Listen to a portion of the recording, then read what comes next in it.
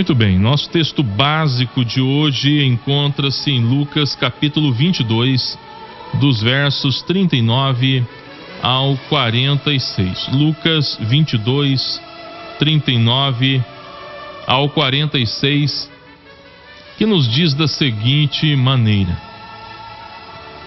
E saindo foi como costumava para o Monte das Oliveiras, e também os seus discípulos o seguiram. E quando chegou àquele lugar, disse-lhes: Orai, para que não entreis em tentação. E apartou-se deles cerca de 1 tiro de pedra, e pondo-se de joelhos, orava, dizendo: Pai, se queres, passa de mim este cálice. Todavia, não se faça a minha vontade, mas a tua. E apareceu-lhe um anjo do céu que o confortava. E posto em agonia, orava mais intensamente, e o seu suor tornou-se em grandes gotas de sangue, que corriam até ao chão. E levantando-se da oração, veio para os seus discípulos e achou-os dormindo de tristeza. E disse-lhes: Por que estáis dormindo? Levantai-vos e orai, para que não entreis em tentação. Louvado seja Deus pela sua santa, bendita e gloriosa palavra. Querido e amado ouvinte, sem dúvida alguma, Jesus não foi apenas mais um líder. Jesus não foi um líder qualquer. Isso facilmente pode ser percebido, ou pôde facilmente ser percebido pelas pessoas da sua época. Por quê? Porque elas olhavam para Jesus e automaticamente faziam uma relação ou um contraste, melhor assim dizendo, com os fariseus e com as demais lideranças daquela época. E facilmente as pessoas diziam: olha, Jesus, ele ensina diferente, ele ensina como quem tem autoridade. Como assim, como quem tem autoridade? Em outras palavras, essas pessoas diziam: olha, Jesus ensina como quem tem autoridade, não como os fariseus. Mas qual era o diferencial?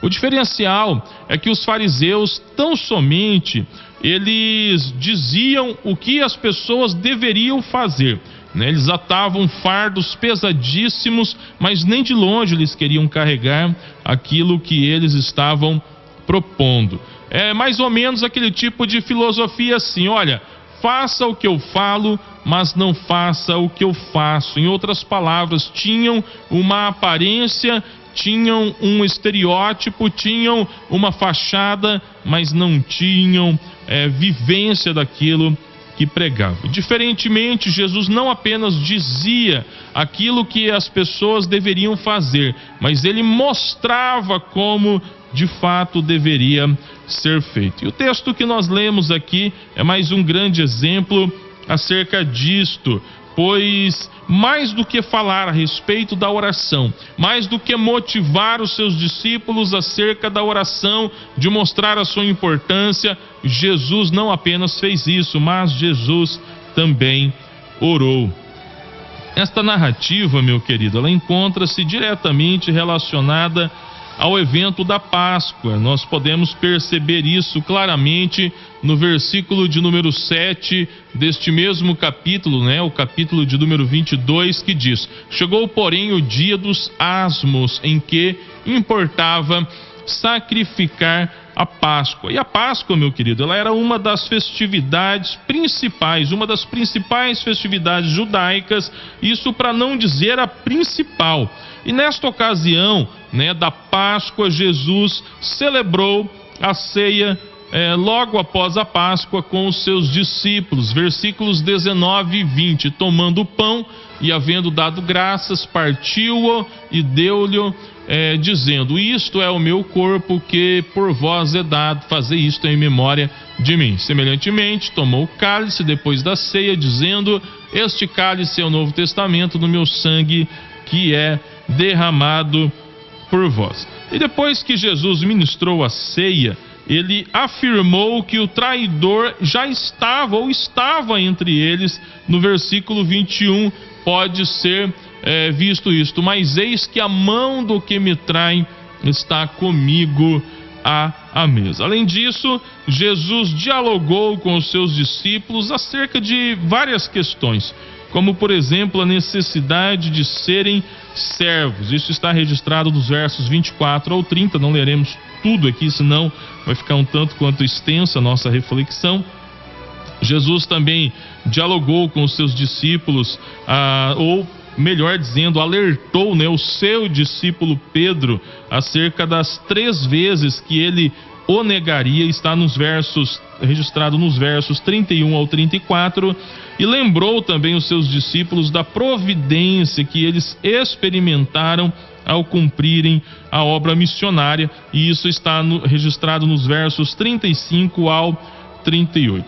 Agora é interessante que logo após esse diálogo, Jesus se retirou para orar, nos ensinando eu aprendo pelo menos 5 lições acerca da oração com o nosso Senhor e Salvador Jesus Cristo. E é sobre isso que eu quero falar com você, eu quero compartilhar com você nesta manhã. 5 lições acerca da oração.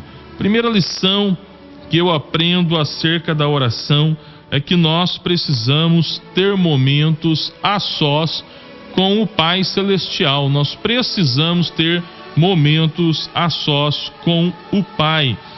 Eu gostaria de destacar as seguintes expressões, O verso de número 39, nós já lemos, mas eu gostaria de destacar a expressão saindo como costumava, e saindo foi como costumava para o Monte das Oliveiras. Diferente do que ensinam, bem diferente do que ensinam os neopentecostais, Jesus ele nunca atribuiu nenhum fator sobrenatural à oração no monte, como alguns, atrelam esses fatores sobrenaturais ao monte. Vamos lá, vamos consagrar não sei o que no monte, consagrar tonéis de água, toalhinha abençoada e não sei o que lá mais, Alguns fazem até alguns despachos evangélicos lá no monte, Vamos fazer um despacho evangélico. Não fala com esse nome, é lógico, Mas vai lá, cava um buraco no monte, enterra o nome do pessoal, pedido, de oração. Gente, isso é despacho gospel, Não sei, eu não vou comentar muito que eu fico contrariado com isso. Mas são despachos evangélicos aí.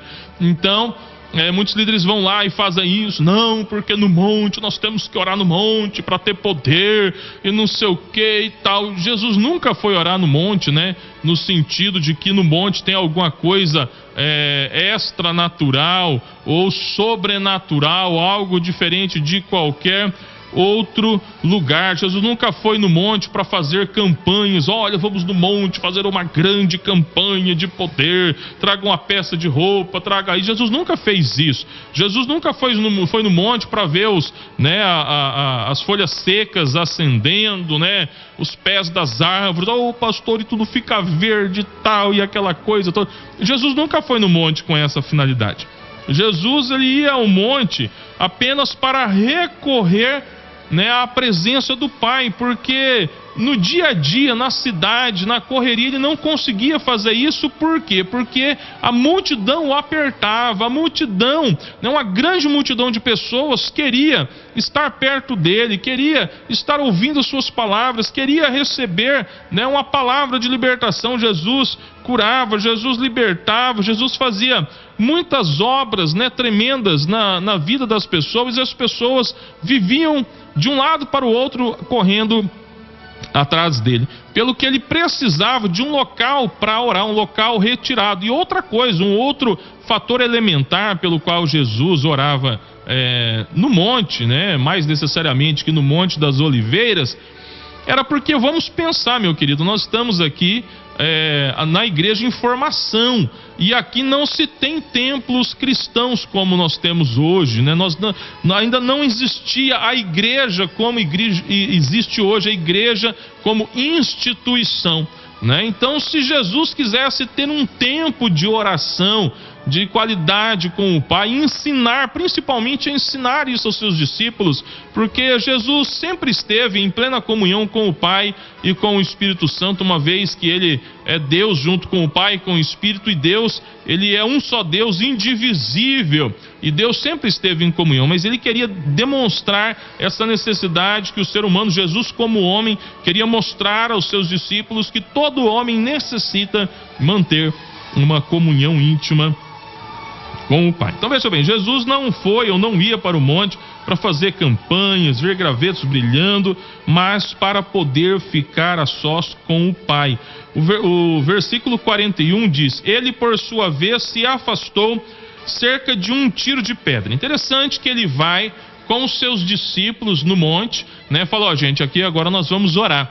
Só que ele deixa os discípulos, ele se afasta um pouco mais. Um tiro de pedra corresponde aproximadamente a 20 a 30 metros, mais ou menos, de distância. Então Jesus fala: ó, vocês vão orar aqui, eu vou caminhar um pouco mais à frente. Eu quero ficar a sós, né? Eu quero ficar a sós com o Pai Celeste. É muito claro, meu querido, que o objetivo de Jesus, pelo que ele conduziu seus discípulos a um lugar retirado e após isso se distanciou de seus discípulos, era ficar a sós com o Pai. Ele queria ensinar aos seus discípulos a necessidade da oração. Olha, vocês também vão orar, vocês também vão buscar a presença do Pai, mas vocês precisam entender que nós precisamos ter tempos a sós, tempos de comunhão íntima com o Pai Celestial. Jesus queria ensinar aos seus discípulos que é lógico que a oração coletiva ela é importante, ela é necessária também para a igreja, ela é agradável a Deus, como por exemplo em Atos 2 nós vemos a igreja sendo batizada no Espírito Santo, os dons sendo concedidos à igreja do Senhor, e estavam ali unânimes, né, orando, buscando a presença do Senhor, uma oração coletiva. Contudo, Jesus queria mostrar aos seus discípulos que eles também precisariam tirar um tempo de qualidade a sós na presença do Pai Celestial. Pelo que o Senhor Jesus, em uma outra ocasião, ele ensinou aos seus discípulos, em Mateus capítulo 6, versículo 6, ele vai dizer: olha, gente, quando vocês forem orarem, entrem no vosso quarto, né? Quando você for orar, entra no seu quarto, né? O teu Pai que te vê em secreto, até mesmo a expressão é o teu Pai que te vê, né? Veja que a grande questão não está nem mesmo no falar, mas está em ver, na atitude de devoção, de quebrantamento, de entrega daquele que busca ao Senhor seu Deus, daquele que busca ao Senhor nosso Deus. Mas tu, quando orares, entra no teu aposento e, fechando a tua porta, ora a teu Pai que está em oculto, o que te vê em oculto, e teu Pai que vê secretamente te recompensará. Então aqui eu aprendo, meu querido, que a oração ela é mais do que palavras. A oração ela está relacionada a uma atitude, né, de entrega, uma atitude de quebrantamento diante do Senhor, o nosso Deus, diante do Senhor, o nosso Pai. 5 lições acerca da oração. Jesus ensina primeiramente que nós precisamos ter momentos a sós com o Pai. Mas ele também ensina que a oração não pode ser casual. A oração ela deve ser uma prática em nossas vidas. A oração não pode ser casual, mas a oração ela deve ser uma prática em nossas vidas. É interessante de notar no versículo de número 39, eu disse que eu queria destacar saindo e como costumava, e diz: e saindo foi como costumava.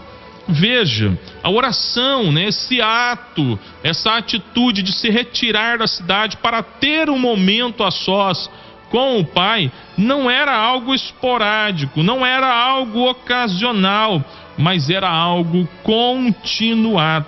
Veja que Jesus ele não recorreu à oração apenas porque estava à beira da morte, porque Jesus estava, né, já caminhando, vamos assim dizer, em direção à cruz, estava à beira, né, da crucificação, que seria um momento terrível, um momento de muita dor, de muito sofrimento, mas ele não recorre a Deus por conta disso, ele não recorre ao Pai por conta desta aflição necessariamente. Ele recorre também ao Pai por conta dessa aflição, mas não somente por conta dela, porque isso era uma prática na sua vida.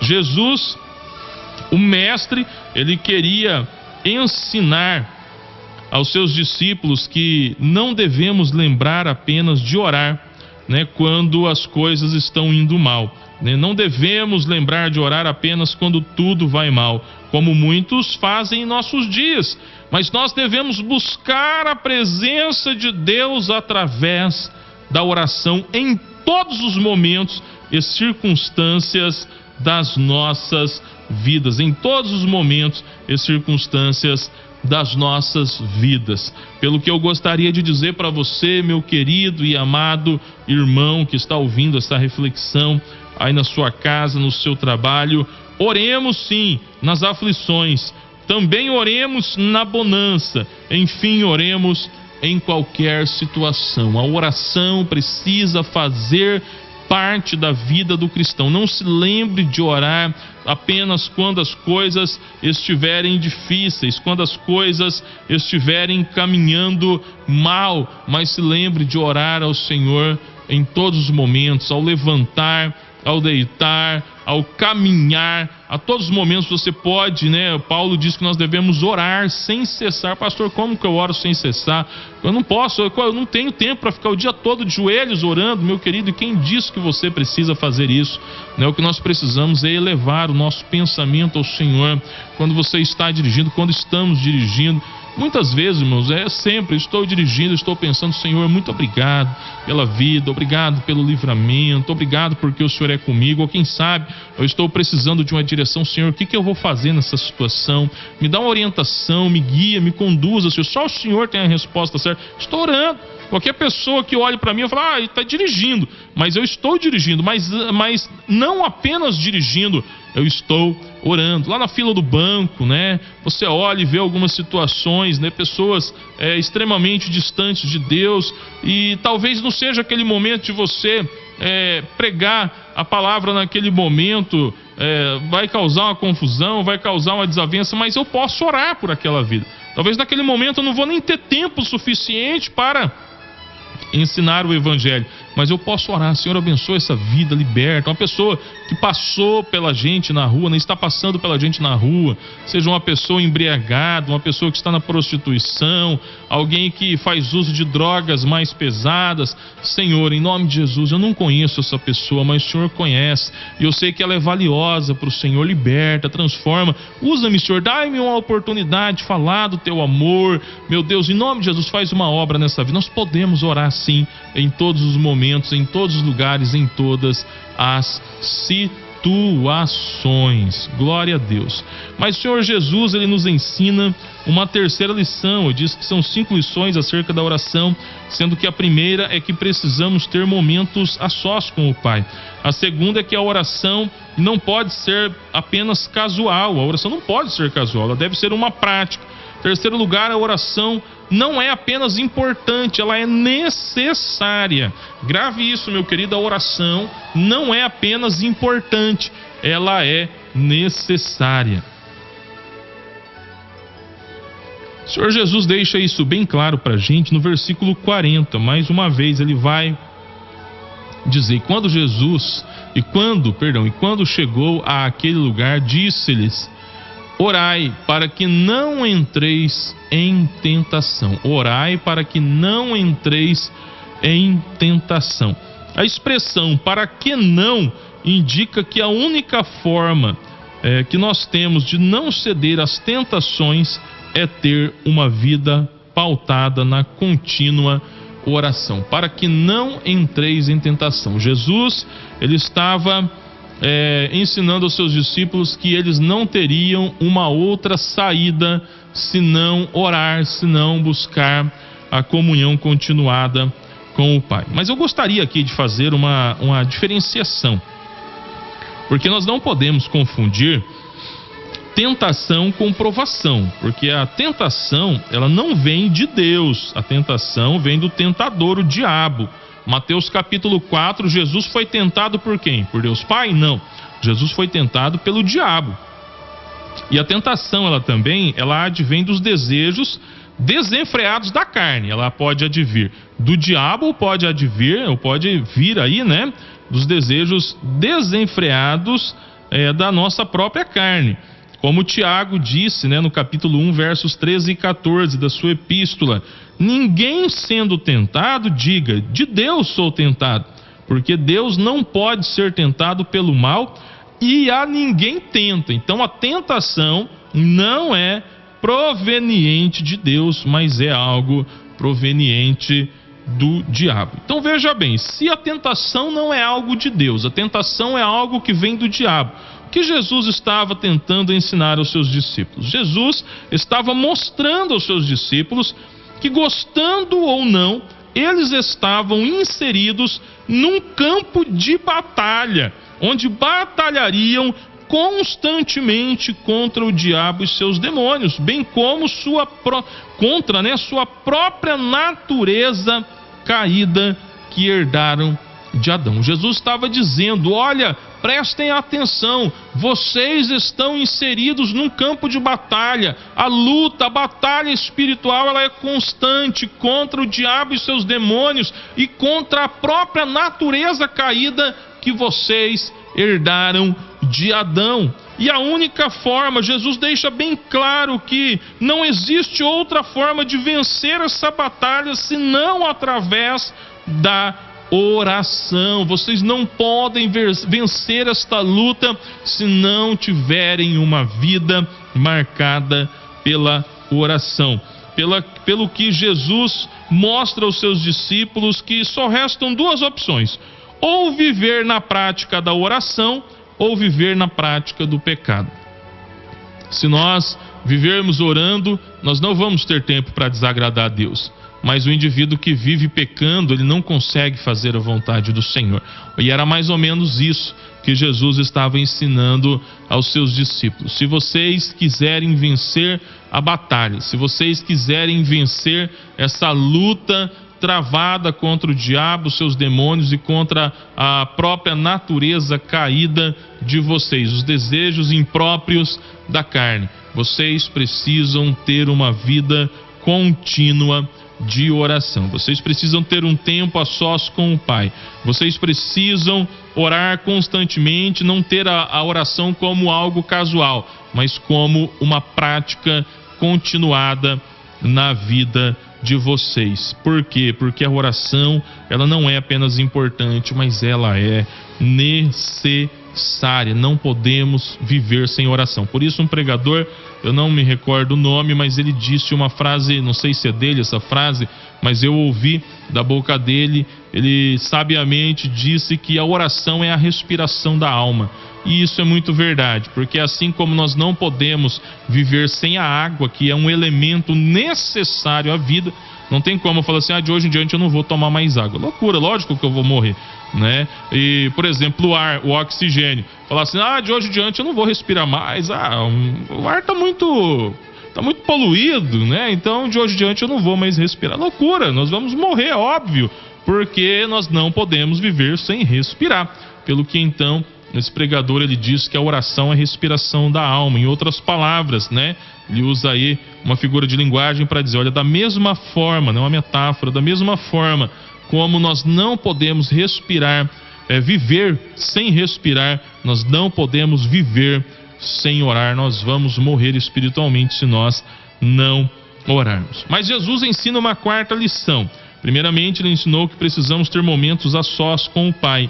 Também ensinou que a oração não pode ser casual, mas ela deve ser uma prática. Jesus também ensina, em terceiro lugar, que a oração não é apenas importante, mas ela é necessária. Em quarto lugar, Jesus ensina que a oração é uma forma de submeter-se à vontade do Pai. A oração é uma forma de se submeter à vontade do Pai. Versículo de número 40 ainda diz assim: quando chegou àquele lugar, disse-lhes: orai para que não entreis em tentação. Verso seguinte diz: e apartou-se dele cerca de um tiro de pedra, e pondo-se de joelhos, orava, dizendo: Pai, verso 42, Pai, se queres, passa de mim este cálice, todavia não se faça a minha vontade, mas a tua. Se queres, faça. Aí na frente diz: não se faça a minha vontade, mas faça a tua vontade. Interessante que, diferente de como vê a maioria dos cristãos contemporâneos, a oração não é um meio de se determinar alguma coisa para Deus, ou então, quem sabe, rejeitar ou reivindicar, né? Antes, é uma forma de se submeter. Tem muitos cristãos que, infelizmente, né, em nossa geração, em nossos dias, acredita que a oração é um meio, de uma forma de influenciar a Deus a realizar aquilo que ele deseja. Por exemplo, deseja comprar um carro, uma casa, sei lá, passar no vestibular, arranjar um namoro, né? E aí ele vê na oração uma forma de coagir, de influenciar a Deus a lhe dar aquilo que ele deseja, né? Outros mais ousados vão achar que a oração é uma forma de determinar: Deus, eu determino isso na minha vida. Ou então outro vai achar que deve rejeitar: Deus, eu rejeito isso na minha vida, né? Outro vai reivindicar: Deus, eu reivindico os meus direitos através da oração. Meu querido, a oração não serve para nada disso, até mesmo porque é uma baita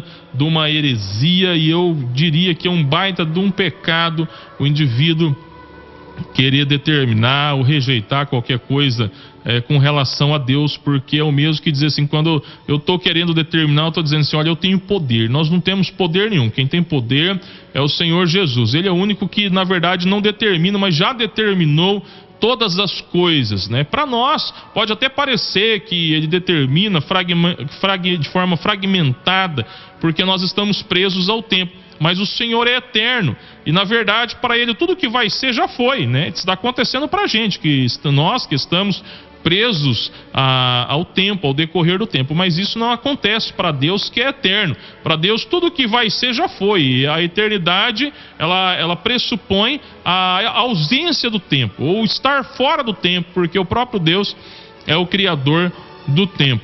Então o homem não tem poder nenhum de determinar, até mesmo é uma grande, me perdoa quem pensa o contrário aí, pelas minhas palavras talvez você possa achar dura, mas é uma baita de uma imbecilidade. Na minha opinião, não precisava nem ser crente, só precisava usar um pouquinho, uma pequena parte do cérebro, né, para perceber que é uma baita de uma imbecilidade achar que o homem pode determinar alguma coisa. Porque veja bem, se o homem pode determinar alguma coisa, o homem não precisa de Deus, logo ele próprio é Deus. É um princípio filosófico bem razoável, né? Que se o homem pode determinar, logo ele é Deus, e não é Deus. Nós não sequer precisaríamos de Deus, nós mesmos seríamos cada um de nós pequenos deuses, como ensina alguns segmentos, vamos dizer assim, que não são cristãos, né? Não vamos dar nomes aqui para os bois, que isso pode gerar algum problema para a gente depois.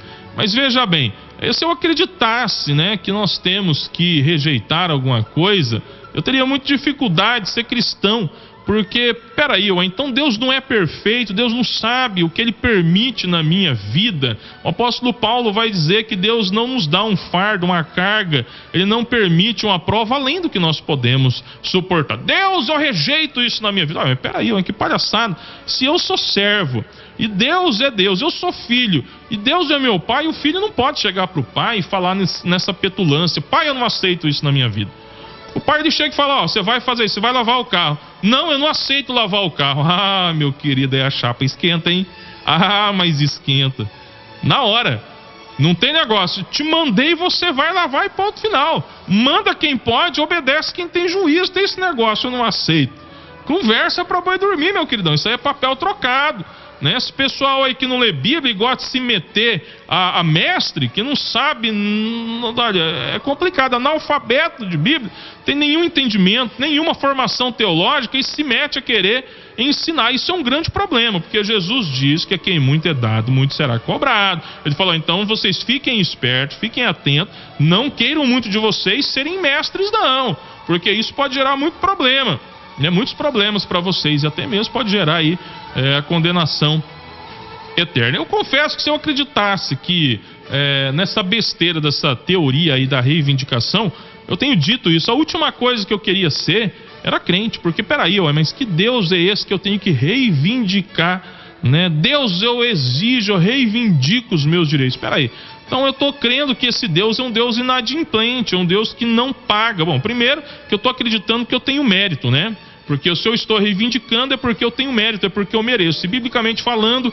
tudo que nós recebemos de bom não é pelo nosso mérito, é pela bondade do Senhor, é pela graça, né? Até mesmo a salvação, pela graça sois salvos mediante a fé. Isso não vem de vós, é dom de Deus, é um favor, é um presente, é algo que nós não merecemos. E outra coisa, se eu acredito realmente que eu tenho que reivindicar de Deus, se eu acreditasse nessa besteira, nessa pataquada, né, como diz aí o pastor Silas Malafaia, eu sinceramente, a última coisa que eu iria querer era ser crente, porque veja bem, porque eu estaria servindo um Deus inadimplente, um Deus que eu preciso cobrar ele, um Deus que está em falta, né, com as suas criaturas ou com os seus filhos. Então a última coisa que eu iria ser, se eu acreditasse nessa besteira, e eu não acredito nisso, a última coisa que eu queria ser era crente. Tudo isso então não passa de uma heresia das mais grosseiras. Tem heresias aí muito mais difíceis, meu querido, muito mais difíceis de serem identificadas e de serem combatidas, mas essas são heresias grosseiras. Eu não consigo entender como tantas pessoas entram nesse barco furado. A única explicação que eu tenho, que eu acredito, é que o espírito do erro já foi, né, já recebeu carta branca aí do Senhor, como diz lá, salvo o melhor juízo, 1 Tessalonicenses, no capítulo 2, já foi dado carta branca para o espírito do erro convencer as pessoas a viverem na prática do erro mesmo, porque não tem cabimento as pessoas entrarem num barco furado, tão furado quanto esse, que conduz à perdição. Então veja bem, a oração não é um mecanismo para nós coagirmos ou influenciarmos a Deus. A oração é um meio de nos submetermos. O Filho de Deus, o legítimo Filho de Deus, ele ora ao Pai e diz: Pai, se queres, ou seja, se for da tua vontade, passa de mim este cálice. Todavia, não se faça a minha vontade, mas a tua. Então Jesus, como o perfeito Filho de Deus, nos ensina isso na prática, né? Que o objetivo da oração é o de nos submetermos à vontade soberana do nosso Pai. Ainda, preste atenção no que eu vou te dizer, meu querido, ainda que envolva dor, sofrimento e até mesmo envolva a morte, pelo que não podemos orar esperando que a nossa vontade seja aceita no céu, mas devemos orar buscando que a vontade de Deus seja feita na terra através das nossas vidas. Louvado seja Deus pela sua palavra, que nós possamos ter essa visão da oração. 5 lições acerca da oração. Primeira, precisamos ter momentos a sós com o nosso Pai Celestial. Segunda, a oração não pode ser casual, mas deve ser uma prática. Terceira, a oração não é apenas importante, mas ela é necessária. Quarta, a oração é uma forma de se submeter à vontade do Pai. Quinta e última lição que eu aprendo com esse texto: nos momentos mais difíceis, a oração deve ser intensificada. Nos momentos mais difíceis, a oração deve ser intensificada. Meu querido, perceba o contraste que há entre a atitude de Jesus no verso 44 com a atitude dos discípulos no verso 45. Vou reler para você aqui. E posto em agonia, orava mais intensamente, e o seu suor tornou-se em grandes gotas de sangue que corriam até o chão. Verso 45: e levantando-se da oração, veio para os seus discípulos e achou-os dormindo de tristeza.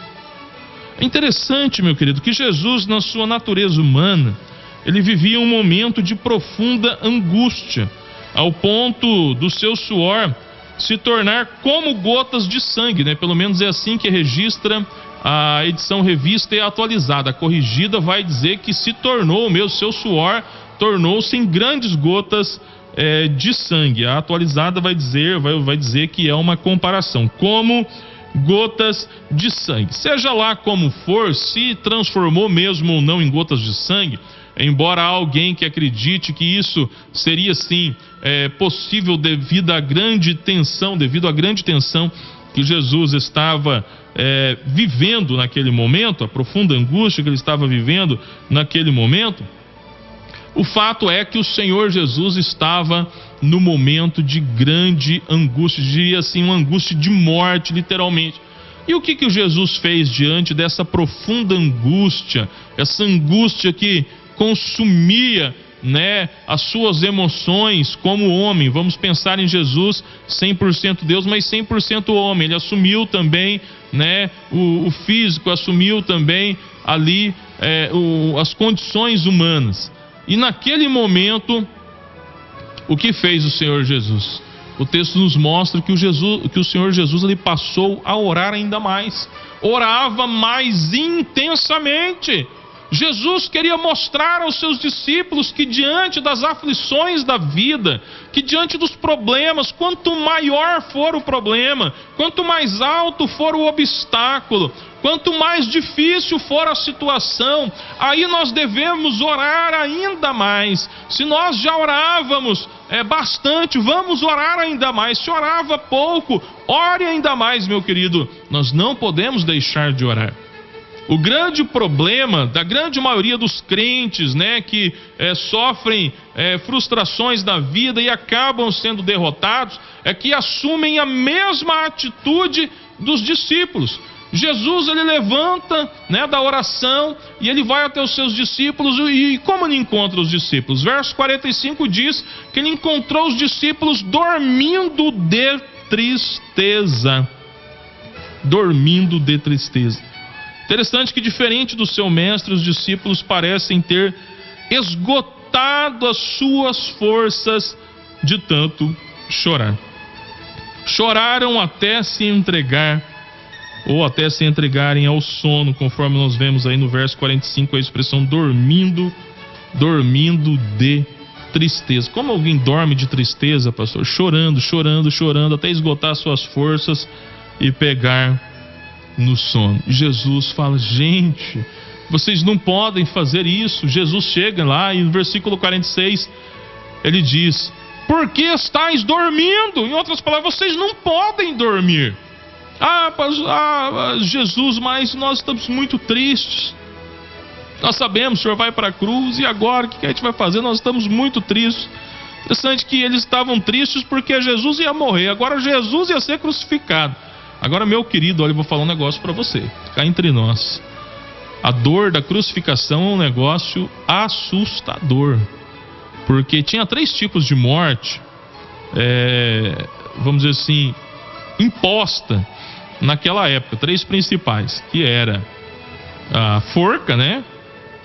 Que era a forca, que o indivíduo logo que é enforcado, ele morre, porque primeiro ou por destroncamento, ou por asfixia, né? Provavelmente por destroncamento ou asfixia. A partir do momento que faltou-lhe a respiração, ele vai ficar inconsciente e vai morrer em fração aí de, não sei dizer o tempo exato, mas pouco tempo, talvez segundos ou minutos, ele vai estar morrendo. Tinha uma outra forma de morte, que era a empalação. Muitos aí acreditam que Judas se enforcou, mas na verdade, provavelmente, não vou nem dizer possivelmente, provavelmente não foi isso que aconteceu. Judas deve ter morrido ou suicidado por meio da empalação. Pastor, não, mas lá em Mateus 27:5 diz que Judas foi se enforcar. É verdade, Judas foi, o texto não diz que ele se enforcou, o texto vai dizer apenas que ele foi. Eu posso dizer para uma pessoa assim, olha, falar na minha casa assim, olha, eu estou indo para a rádio. Aí de repente, passado alguns poucos instantes, alguém pergunta: cadê o pastor Patrick? Ele foi para a rádio. Aí alguém vem aqui na rádio e não me encontra. Mas cadê o pastor Patrick? Aí de repente o carro quebrou. Ou eu recebi uma ligação e tive que mudar o roteiro, tive que atender um caso mais urgente, porque existe algo importante e urgente, né? E a gente tem que ponderar se é importante e se é urgente também. E era importante e mais urgente. E eu fui para lá. A pessoa não me encontrou, porque eu saí para vir para a rádio, só um exemplo. Mas, de repente, por um motivo de força maior, eu não cheguei na rádio. Então, Judas, né, Mateus limita-se a dizer que Judas foi se enforcar. Ele não disse que Judas se enforcou. Agora, Lucas, em Atos, capítulo 1, ele vai registrar a fala de Pedro, né, que vai afirmar que Judas, precipitando-se, ou seja, lançando-se do alto a baixo, ele despedaçou-se, rompendo as suas entranhas, derramando as suas entranhas, que traz à nossa memória exatamente a figura da empalação, que era a morte onde o indivíduo subia em uma espécie de precipício, ele pulava sobre uma pedra pontiaguda, o que não era difícil de fazer isso nos dias de Jesus, ali na região da Palestina. Não era difícil de encontrar um lugar apropriado para se fazer isso. E era uma morte também que não trazia muitas dores, porque a partir do momento que o indivíduo cai em cima da pedra, se despedaça todo, automaticamente caiu ali, bateu a cabeça, ele está inconsciente, mesmo que demore alguns segundos para morrer. Então era uma morte que não trazia tantas dores. Agora a crucificação não, meu querido, a crucificação era algo terrível, porque o indivíduo ele era pregado ou na palma da mão ou no pulso, e ele não morria necessariamente pelo prego, né? Pelo cravo que atravessava sua mão, seu pulso, né? Os seus pés. Mas ele morria, duas coisas que faziam com que ele morresse. Primeiro, porque o peso do corpo fazia comprimir, né, a região das suas costas, apertando os seus pulmões. E ele ia ficando com falta de ar, né? E aquela agonia, ele morria. Poderia morrer por asfixia, mas não asfixia assim, não momentânea, instantânea, essa é a palavra, né? Como alguém que tranca a respiração e em fração e talvez de um minuto e alguma coisa, ele desmaia e perde os sentidos, não tem dor, vamos assim dizer. Não, era pouco a pouco, ia faltando o ar nos pulmões, né? Sentindo aquela canseira. E também a fraqueza por conta do esgotamento do sangue, né? Uma hemorragia constante. Então levava-se, né, principalmente Jesus, possivelmente um homem robusto, levava-se horas para morrer. O indivíduo ficava sentindo toda aquela dor, todo aquele mal-estar, né? Aquela agonia, falta de ar, a fraqueza, tudo aquilo ele estava sentindo enquanto estava pregado na cruz. E era isso que estava aguardando o Senhor Jesus, e que de fato ele concretizou, né? Em obediência ao Pai, ele morre na cruz do Calvário por mim e por você. Aquela cruz era para mim, aquela cruz era para você. E Jesus está diante deste destino. E mesmo assim Jesus não esmurece. Jesus, ao invés de ficar lá chorando, dormir como os discípulos, de tanto chorar, esgotar suas forças chorando, Jesus vai orar, intensifica a oração, enquanto os discípulos vão chorar. E infelizmente tem muitos crentes em nossos dias que fazem o mesmo. Pastor, eu não estou tendo força para orar, porque a situação está muito difícil. Ora por mim, vira o crente dos 6 horas, né? Irmãos, ora, vocês precisam orar por mim, que eu estou fraco, eu não tenho força, blá blá blá blá blá blá blá blá. Meu querido, olha, nós precisamos buscar força no Senhor. Ninguém tem força. Você acha que o irmão que está indo para a igreja lá para orar por você também tem força? Ninguém tem força de si mesmo. A diferença é que aquele irmão, ele decidiu buscar o Senhor. Eu vou buscar o Senhor. Eu não tenho força, mas eu vou lá. Eu não tenho palavras, mas eu vou chegar lá, vou dobrar os meus joelhos e vou me colocar diante de Deus. Ainda que eu não tenha palavras, eu vou buscar a presença do Pai. Então Jesus, diferente dos seus discípulos, ele ensina esse princípio para nós. Nós devemos orar em meio aos momentos mais difíceis da nossa vida, orar de uma forma mais intensa. Nós já estávamos orando, vamos orar ainda mais. Para encerrar, o texto ainda relata que há um tratamento especial e espiritual da parte do Pai, proporcionando conforto ao coração dos filhos que o buscam em oração.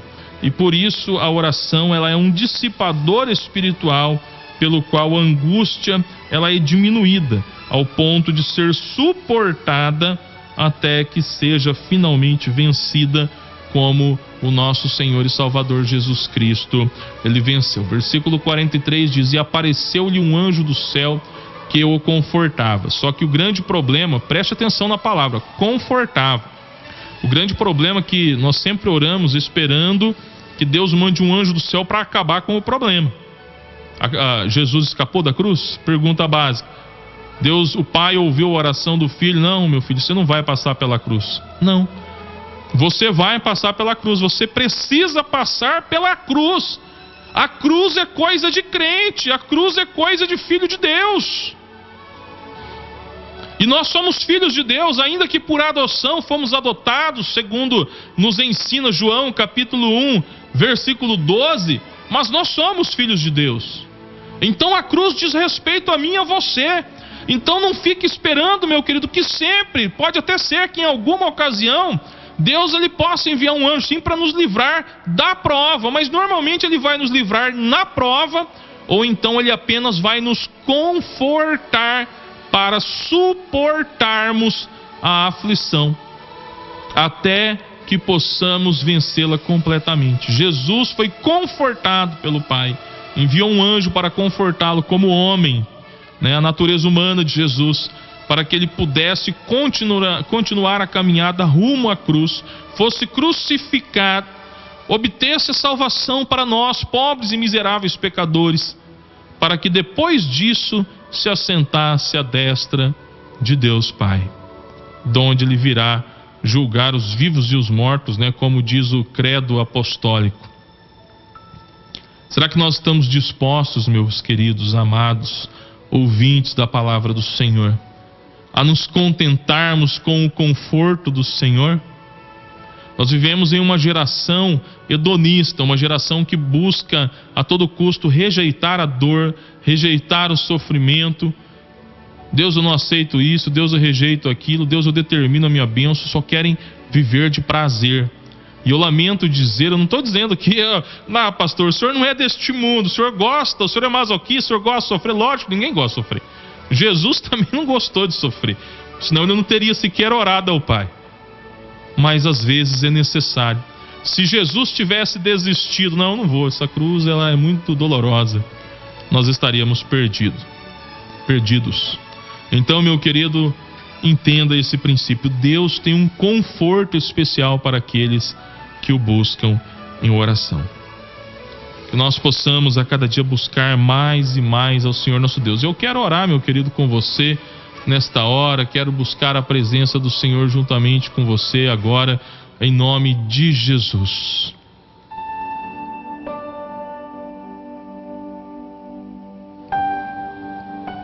Querido Deus, em nome do Senhor e Salvador Jesus Cristo, eu quero colocar a vida do meu ouvinte diante do Senhor, a minha vida também, Senhor, por que não a minha vida?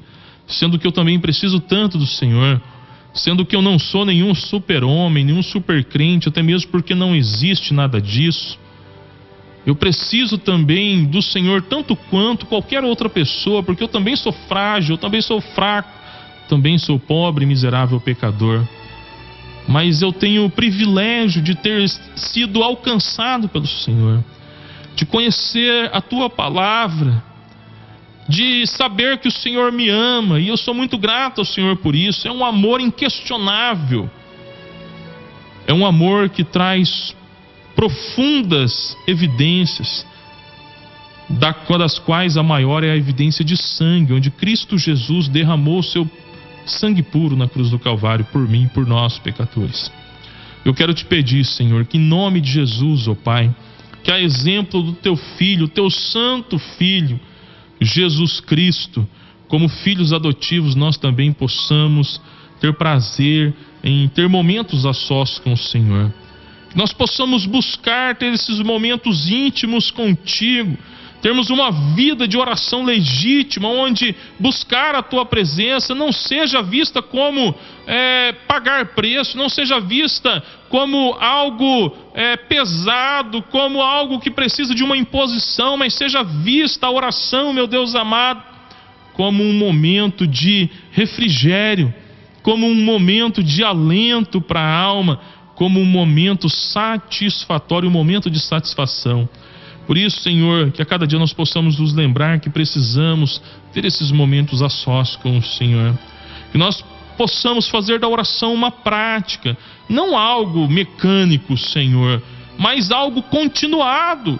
Que ao abrirmos os nossos olhos, nós possamos ter uma palavra de gratidão. Obrigado, Senhor, por mais esse dia. Obrigado, Senhor, por mais esta oportunidade que o Senhor nos dá de sermos lapidados pelo Teu Espírito Santo, de nos tornarmos homens melhores na Tua presença. Obrigado, Senhor. Que durante todo o dia entronizemos a Tua presença em nossas vidas. Que ao findar do dia tenhamos também mais uma palavra de gratidão e de súplica pelo Teu cuidado para guardar o nosso sono. Meu Deus, que em nome do Senhor Jesus Cristo, a cada dia, nós possamos ver a oração não apenas como algo importante. A hora que der certo eu oro, mas como algo necessário. Eu não posso esperar, respirar um dia e ficar 2 sem respirar. Eu preciso respirar a todo momento. E que eu possa, Senhor, nós, os nossos ouvintes, nós possamos entender esse princípio, que nós não podemos ficar sem orar. Temos que orar a todo instante. Que nós possamos, Senhor amado, em nome de Jesus, aprender a nos submetermos ao Senhor através da oração. Nos despirmos de toda a arrogância, Senhor, toda a prepotência, toda a petulância de acharmos que podemos reivindicar, determinar ou exigir qualquer coisa do Senhor. Que ao contrário disso, não venhamos entrar por esse caminho de loucura, mas possamos entrar pelo caminho da humildade, da humilhação, da dependência, para nos colocarmos diante do Senhor como o Teu Filho perfeito e legítimo, o Senhor Jesus fez. Pai, passa de mim esse cálice, mas seja feita a Tua vontade, não, se não for possível, seja feita a Tua vontade. Ainda que eu tenha que sofrer, ainda que eu tenha que padecer a dor, ainda que eu tenha que morrer, mas seja feita a Tua vontade, Senhor. Eu quero estar no centro da Tua vontade, porque ainda que Ele me mate, como disse Jó, nele eu esperarei. Aleluia. Senhor, em nome de Jesus, que essa seja a nossa convicção. Senhor amado, que em nome de Jesus, nos momentos mais difíceis das nossas vidas, ao invés de murmurarmos, de desistirmos, de nos entregarmos, como tantas pessoas se afastam da igreja, da Tua casa, como tantas pessoas desistem de buscar a Tua presença, meu Deus, nós possamos nos achegar ainda mais. Que ao invés, ó Deus, de esmurecer, nós possamos dedicar ainda mais as nossas vidas na Tua presença, buscando mais a Tua presença, orando mais ao Senhor, meu Deus, porque nós temos a plena convicção de que o Senhor nos confortará, trazendo forças para continuarmos a caminhada até aquele dia glorioso, onde o Senhor nos livrará de toda dor, de toda lágrima, de toda tristeza, de toda angústia, onde tudo isso será passado, onde o pecado não existirá mais, onde o diabo será lançado no lago de fogo e enxofre, e nós reinaremos para todo sempre, viveremos para todo sempre, debaixo do Teu governo perfeito, Senhor, livre de toda dor e de todo mal. Guarda o nosso coração, nós nos rendemos diante do Senhor e Te agradecemos em nome de Jesus. É o nosso pedido e a nossa gratidão em nome de Jesus. Amém e amém.